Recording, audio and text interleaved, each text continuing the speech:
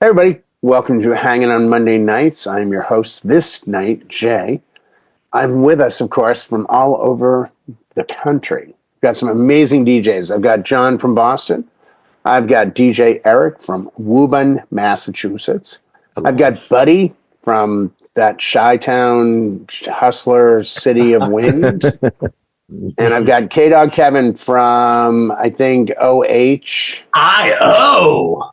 Yeah, there you go. That's what, see, brides in the interview, you want to just go OH. And if they flip out with IO, it's a good sign maybe to just call, just keep calling. Well, or maybe you want that excitement. Welcome. It's hot to go. Exactly.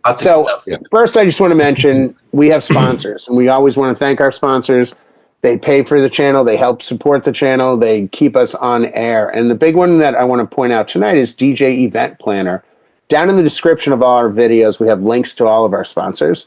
You'll see them flashed on the screen throughout the show. So there are different sponsors.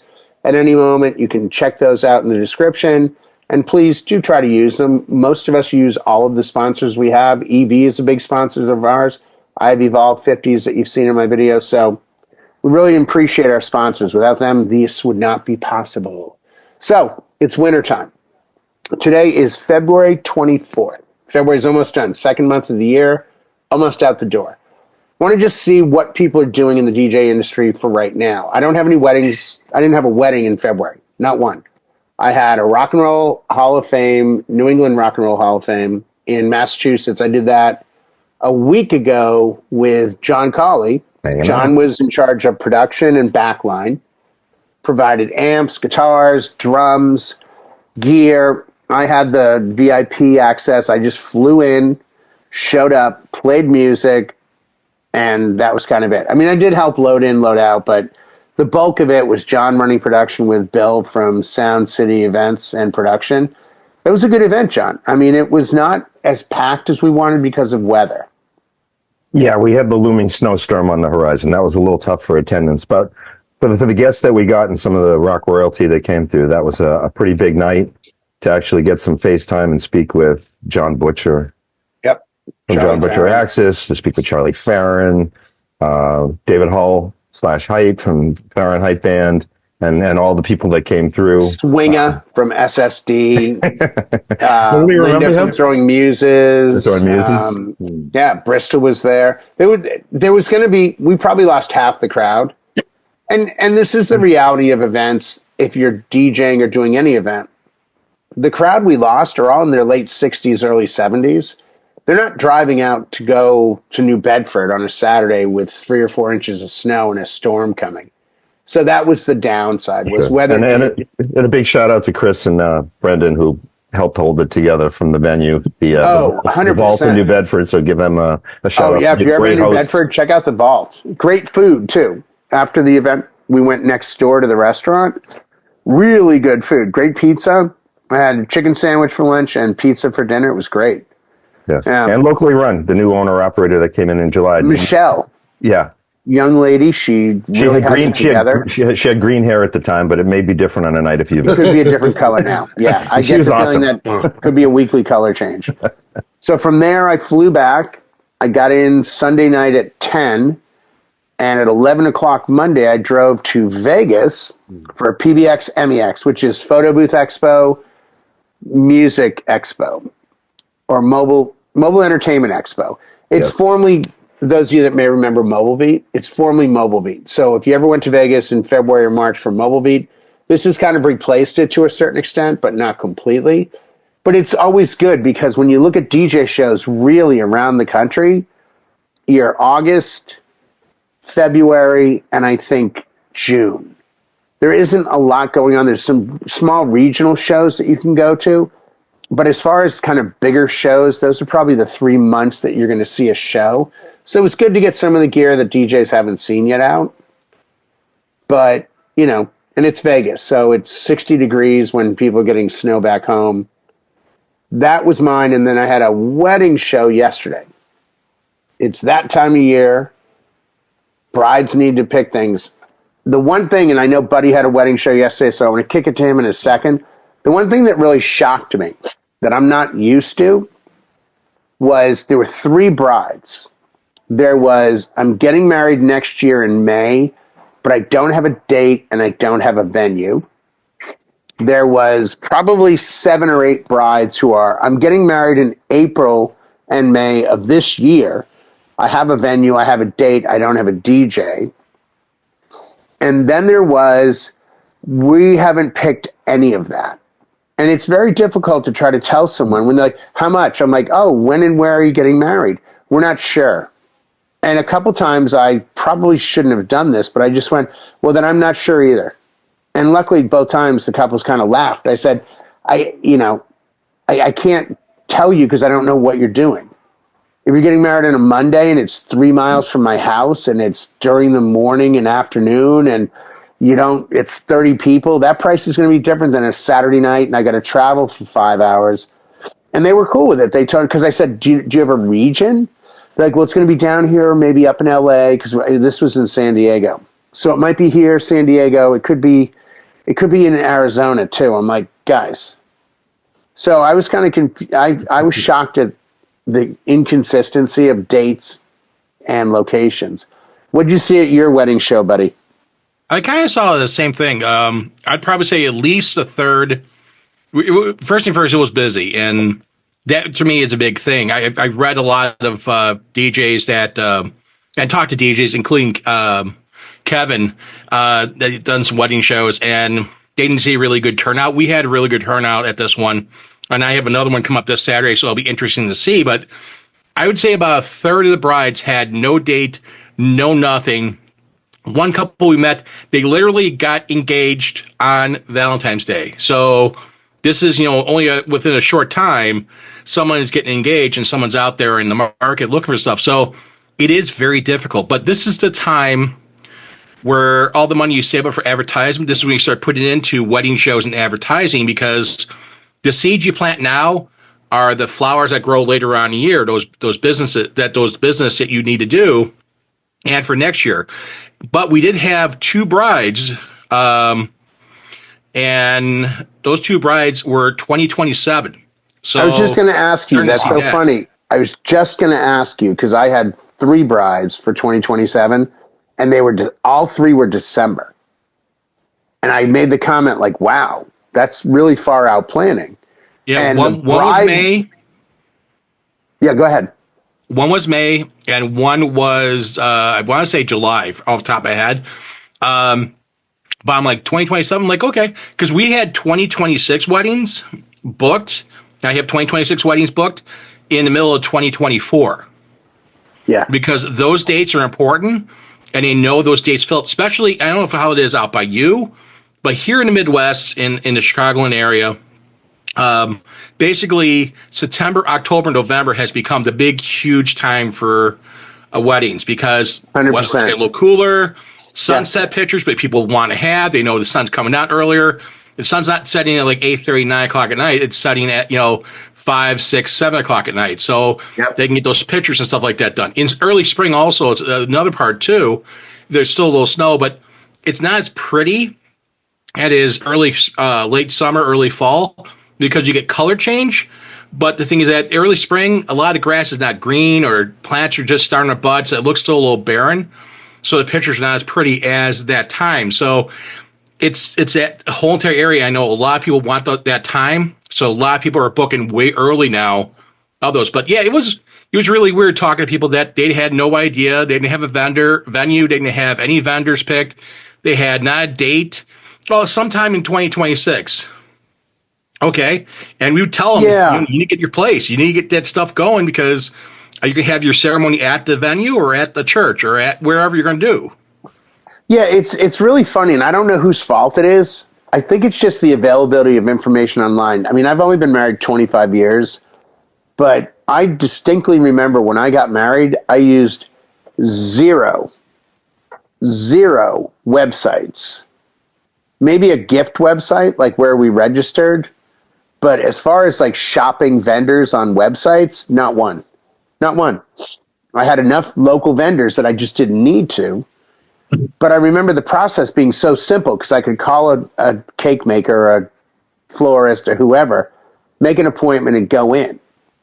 But it's shocking with the wedding shows. Like people come in expecting that when they talk to a DJ, we're just going to kind of walk them through so much of it that they make the decision right then and there. And I'm like, you still got 2 years to go. And I don't know about you, buddy, but my personal experience, and I often judge the couple on this, is the further out it is, the more anxious I get. Because I had a couple come to me one time. They seemed flighty. They weren't all that into it with each other. And they were booking 3 years out. And I don't have anything in my contract that if you book me now and in 6 months with 2.5 years left, you bounce, I keep your deposit. Because I think even my contract states within X number of days or X number of years. And I had one woman at a wedding show last year. She was getting married in 2028. She goes, oh yeah, can we get a contract? I said, no, I don't contract out 4 years. You don't? I said, I can't forecast that far. I said, I usually use 2 years as a rule of thumb.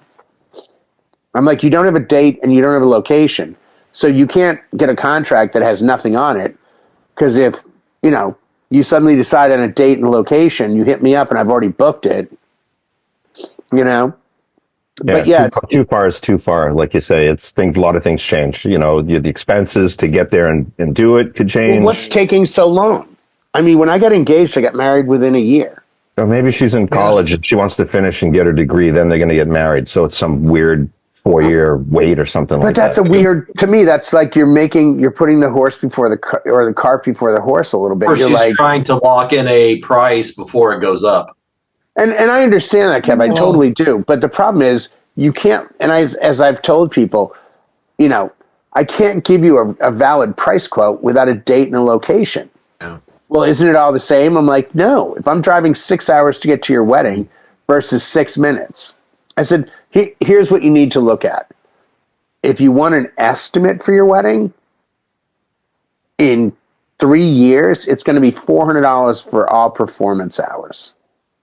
So if you book in 3 years for a 7-hour wedding, just do the math. It's $2,800. Oh, that much? I'm like, yes. Well, can we book you now at a lower price? And it's like, yes and no. Because in my head, I'm not going to quote you this year's price for 4 years. You know what I mean? Like, neither would a hall either. I mean, so no, a hall prices are going to go up. Their expenses are going to go up. And by the way, most halls that I work with won't book you over a year out. They're adamant. You have 365 days. The hall I got married in, no, I take that back. We got engaged in March. We got married in June. So I was engaged for a year and 3 months. And we went down to book the hall for the wedding date. And we had to wait till the wedding date to book the hall. They're like, we don't book over a year out. You can't book this because they do weddings. It's one of those venues that does a ton of weddings. Mm-hmm. So it's super popular. And they're like, yeah, otherwise people would just hold the date, whether they used it or not, and then they'd lose. So you're giving up a decent deposit for it. Right. And it's that was 25 years ago. It may have changed. This is one of the things people got to think about is that costs have changed in the past 4 years. What something costs today for fuel, gasoline. What it costs today, maybe higher or lower in 4 years. It may be, look at 4 years ago what gas was then and what it is now, just like anything else. But to me, it's like kind of like this kind of thought that if someone walk up to me at a wedding show with a child and said, I want to book a DJ for my daughter or my son's wedding when they get married in X amount of years, I'm not going to do that. Like in 25 years or whatever, it's a baby. I'm not going to do that. That's like getting a gift card. The same thing. Yeah. 4 years? Yeah, no, I don't do that. That's what gift cards are for. Yeah. Well, and I think I told you guys, I just picked up a booking for July. They booked me last week or August, the day after DJ Expo. And it's the brother of the groom I did last July, who is the brother of the sister I did 8 years ago. So this is the third kid, same family, last kid, and this is perfect. Like, it's going to be an amazing time. And it's like, I think, even the dad said, this was the famous Cutwood. I'd never had a can of Cutwood. They're like seltzer-style drinks or mixed drinks. And the dad came up to me at the end of the night. He's like, you don't drink when you work. I said, absolutely not. He goes, you're not working here. And he handed me a can. Cheers. And I took a sip, and it was like a Mai Tai. And I was like, oh, this is really good. Took another sip. He goes, when James gets engaged, I'll call you so we can get the dates straightened out. This is the dad of the son who just hired me. He's like already hired me. And it was touching. The downside was I finished the can, and as I went to throw it out, I looked and it said 13.5%. So don't at the end of the night drink those and then try to go drive. overboard on those for sure. Yeah. Now, Eric, you had a winter formal or a school dance? What'd you have going on? It was a elementary school dance that they do like every 3 months around here. Oh, wow. And yeah. What does it celebrate?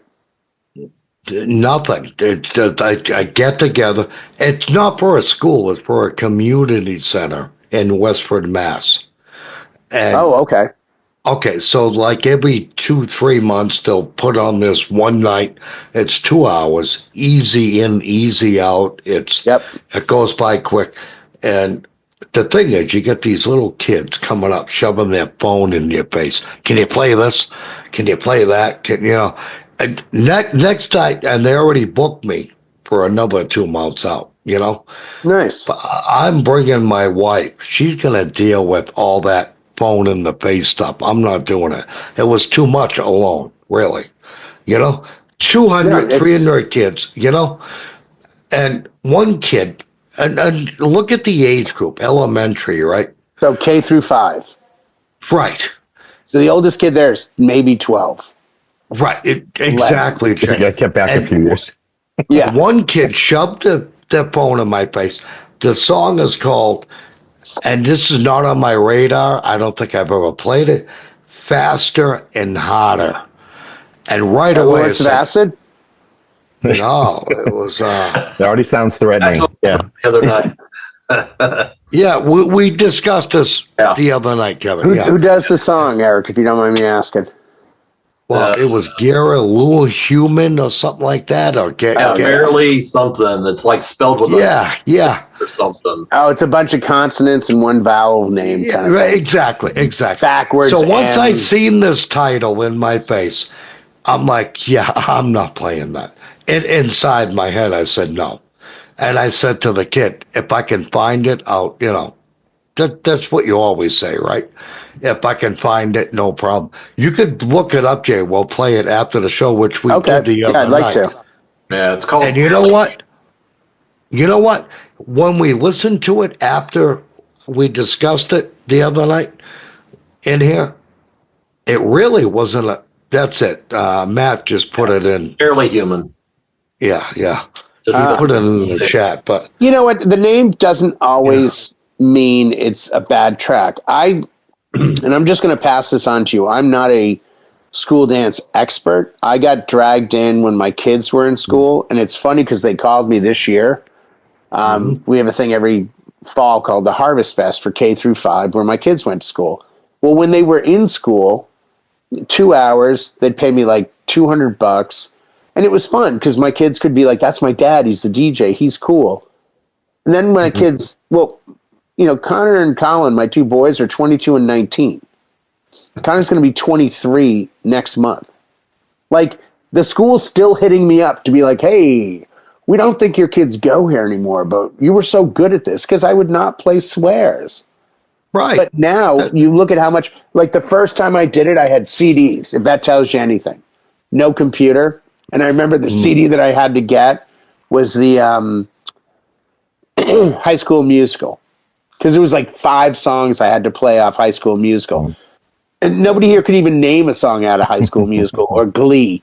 But it's funny how much it's changed. Now little kids are running up to Eric with Harder, Faster, please. Like, seriously? Like, look, I just looked at that title, Jay, and I'm like, without even doing any research in my headphones, I'm like, right away it was a red flag, just the title. Oh, and just the title's a red flag, 100%. Right. And that's why they hire you, they hire me, they hire John and Buddy and Kevin. They hire us because they understand that we're professional enough to realize, hey, we're the keeper of the gate. Because I've seen DJs, and I think we had this talk one night, a song like Shots. I know DJs that have put videos up on YouTube playing Shots, the clean version, at middle school events. And I'm kind of like, I wouldn't have played that. Why not? The kids all request. What do they know about Shots? Kids know about Shots. Yeah, they're all under drinking age. Why would you play it? Yeah. But here's the funny thing. I've done high school events where the school has gone in and paid to have casino night. And I'm like, these kids know blackjack and roulette and craps. Like, yeah, somebody get that kid a Pall Mall. He's 13. I think he's got it going on. But that's somehow we missed what's going on outside, right? Apparently. I mean, and by the way, those of you looking to hire a DJ for school events, DJ Eric, we oftentimes just call each other by first names or DJ names or, whatever it might be. Yeah. DJ Eric, not in this room, goes by DJ Eric, in parentheses, the cool, calm, collected, kind guy at the event, parentheses. So if you need somebody that can handle little kids with harder, faster requests, he'll fly anywhere. Yeah. Let me tell you, and you got to think Chappelle Roan right away when I ask you, what was the biggest song of the night? Pink Pony. You're going to think Chappelle Roan. I know what it is. It was not. I know you know because we discussed it. Espresso. No, you're not going to believe this. And Kendrick Lamar. No. Way back. We're going way back. How do you know this song? And they're all doing YMCA. Village People. It's so funny you say that. I started to say I'm not like the expert in these things, but I did a father-daughter dance for the same school that I did my kids' stuff. And I remember another DJ very wisely told me, bring a pen and bring a notebook and put it in front of you. And when kids come up for requests, have them write it down. Wait. He goes, it'll do. I go, they could just tell me. He goes, no. Two things. One, at the end of the gig, when you go home, if there's songs you need and you forgot about, they might be on the list. That's one. And two, you'll be shocked how many are older songs. Yeah. I mean, Don't Stop Believing at the last father-daughter dance I did went over huge. But I mean, these kids, especially girls, they go to events with their dads. They go to games with their dads. You go to a sporting event, they all know YMCA the same way they know Sandstorm. They hear it. Yeah, I couldn't believe it. Well, one thing I do, and Eric was saying he was overwhelmed because I do school things too. And I just get set up. I take a piece of notebook paper. I put it there. I'm on the stage. That keeps them away from me so they can't come up with their phone. So I have a buffer. They're not allowed to get up on the stage. And I put the paper there down on the floor of the basketball court gym. And they get a pen. And they can write like crazy all the songs they want to write down. After they get the sheet full, I give them another sheet. I take it up. I start looking up to see what I do have. If it's one I don't know, like Eric ran across, usually it takes too much time to try to listen to it. So I'll just take my phone and I'll look up the lyrics. I'll scan down through quickly, look for language. And if it doesn't have language, I might do a quick listen. It's like, it's got content. Smart. It's good to go. I'll do that. That's a great concept. And it's I will use the notebook paper and a pen next. It just makes your life easier. I mean, here's the other reality. Most of you guys, if not all of you, use virtual, right? Yes. Doesn't virtual have a request thing that the kids could do like a QR code? And they can, but again, that's a lot of work. You can, but you got to have internet for 2 hours. Yeah. You need internet, or you got to hotspot your phone. Yeah. And no, that's totally valid. I'm just thinking this is one of those times where you look at it and just go, this would make total sense if I were to say, hey, kids, here's the QR code. And I mean, John Young, actually, his son has an app like that. That's really cool. And it's built solely on, you go to the app, you make the request, and you can regulate it. You can say like, no or yes, or put it in the queue. They can look at it. I mean, we've had this talk. Everything we used to possess in CDs and show up with, it's all right there. Right there. And they all have it. Everyone at our gig has it.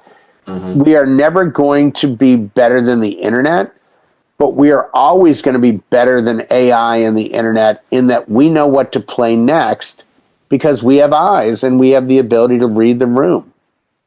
And and AI makes some great lists. I've seen DJs do events with AI lists that kill until something happens, until someone does something and you don't react to it and you just stick to that playlist. It's like, and that's why I don't think we're ever going away. No, that would be a missed opportunity because we'd see it, we'd know what to do, and AI would need too long to think about it, or they wouldn't connect the dots. And 100%. And that's why, I've often said every time a guy grabs his ankle, if I'm doing Poison or anything like that, you're maybe 1 or 2 songs away from Vanilla Ice. And that's the guy that remembers the video that's going to lose his mind. And he does. And that's a memory that everyone has. Had nothing to do with the internet, AI, or anything else. Had to do with understanding human nature as a DJ, reading the crowd and knowing what they're going to do or not going to do. Well, Kevin, Jay, what do you got? Oh, go ahead. Jay, here's the thing. I don't know if you watch much AI videos, but on YouTube, there's a bunch of people doing AI videos and stuff. If you're watching AI video and they're trying to eat something or drink something or try to make a scene on something, the food AI can't do eating right. It can't do drinking right. It doesn't understand the mechanics of it. Versus you and I know how to eat and drink. We can do that in real life, eat and drink, because that's part of our lives. Versus a software can't figure out how to do it.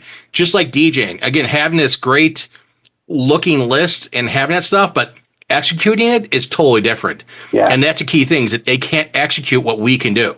No. And that's why I think people need to, we're going a bit off topic due to my inability to stay in the sandbox. Just a little slight derailment. That's okay.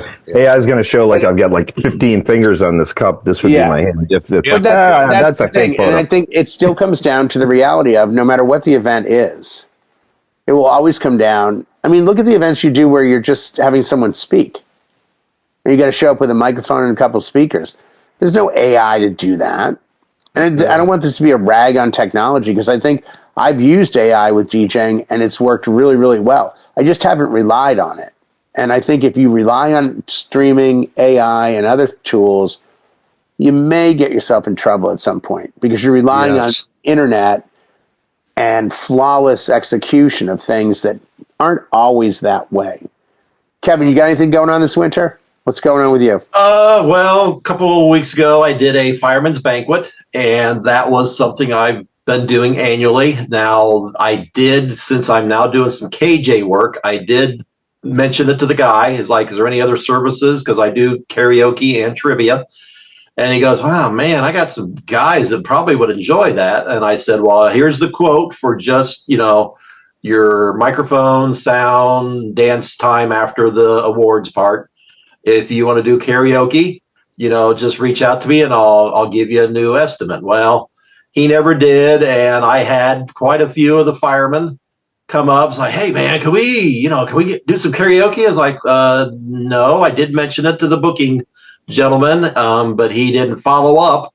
And that is a separate set of gear that I just don't have, Right. So it's one of those things where I'm now able to promote that as an extra service. I just need to impress upon them that, that's something they need to sign up for. Yeah. So I can, pay for proper gear, and it's separate. It's not just hand me that speaking mic and I'm going to sing. No, it's not a gift, and I'm not using stems and pulling out and trying to make it work with, so nope.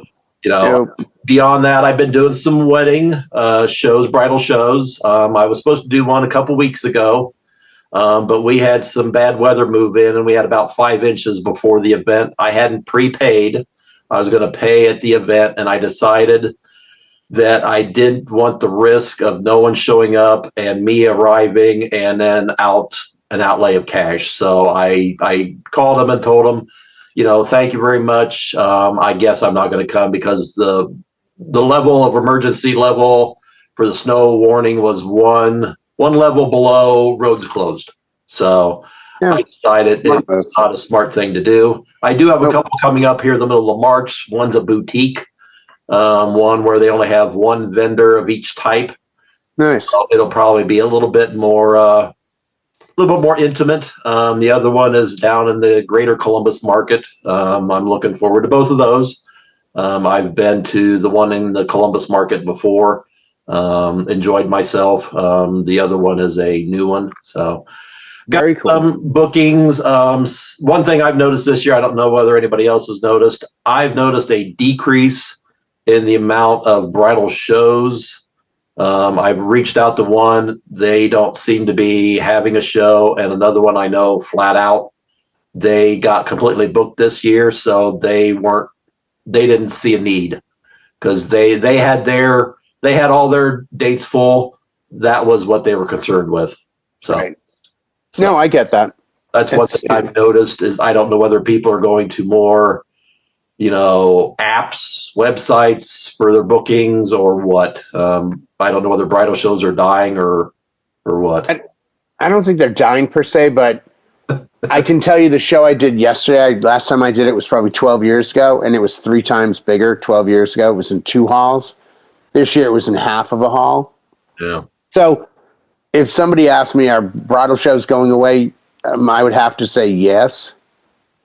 Because the other downside is oftentimes at other bridal shows I do about 2 a year to help another company.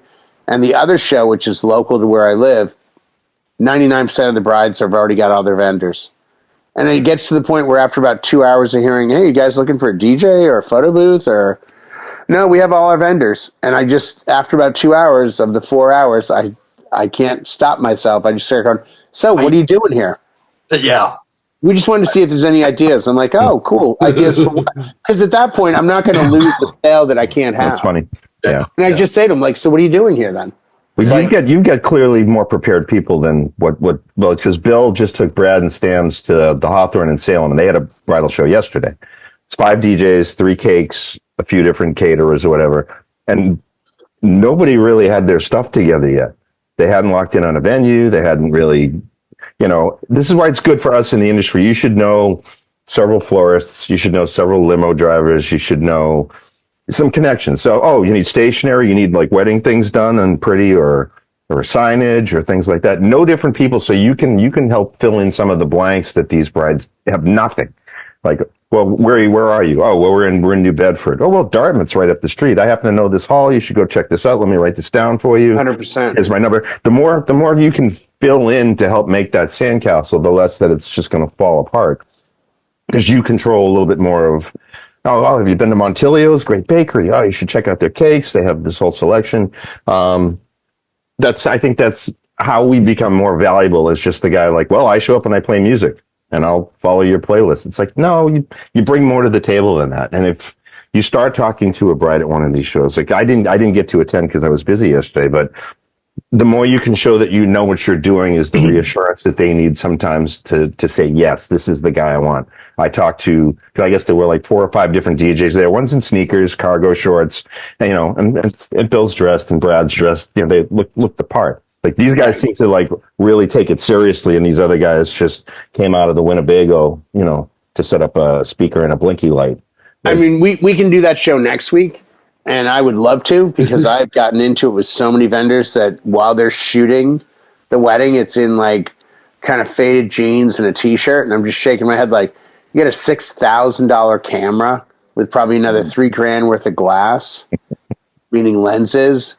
And you look like you just rolled out of a shelter or something. Like, I don't understand. Like, this isn't artsy LA. This is a cool bohemian look. Like, well, there's a level of expectancy that you're at least going to meet or exceed what the guests look like, Try to anyhow.